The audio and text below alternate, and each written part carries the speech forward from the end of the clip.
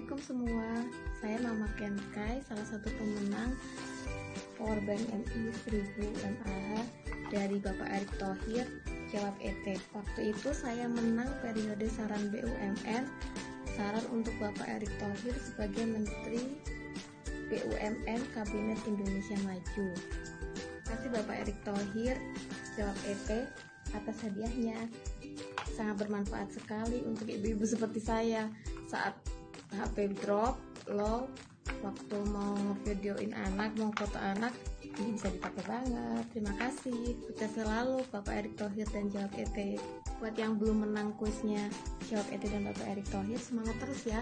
Kalian follow terus IG, Twitter, TikTok, YouTube Bapak Erick Thohir dan Jawab ET. Ikutin semua kuisnya, semangat, kalian pasti bisa. Bismillah HP.